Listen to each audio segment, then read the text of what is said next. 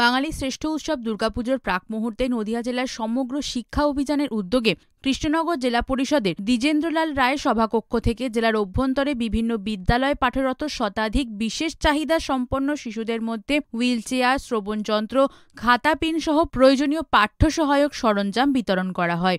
এদিনের বিতরণী অনুষ্ঠানে উপস্থিত ছিলেন নদিয়ার জেলা শাসক বিভু গোয়েল সহ অতিরিক্ত জেলা শাসক, জেলা পরিষদের সভাধিপতি রিক্তা কুণ্ডু সহ অন্যান্য প্রশাসনিক আধিকারিকেরা।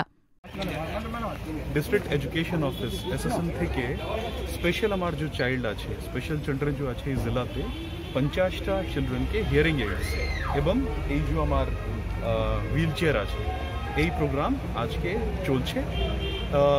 সেম সিমিলার সিদ্ধান্তে আলাদা আলাদা যে আমার সাব ডিভিশন আছে, তেহট্টো, রানাঘাট এবং কল্যাণী, সিমিলারলি আমি 50-50 মতো মানে ফ্যামিলিজকে এই হিয়ারিং এইড এবং হুইল চেয়ার দিয়ে দেবো।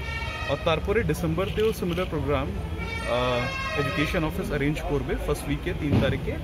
সিমিলার যতটুকু আমার কাছে নাম আছে, যার প্রয়োজন আছে, ওনাকে এই স্পেশাল কৃত্রিম মানে হুইল চেয়ার এবং আপনার হিয়ারিং এইড এটা অফিস দিবে। কমল দত্তের রিপোর্ট, নদিয়া।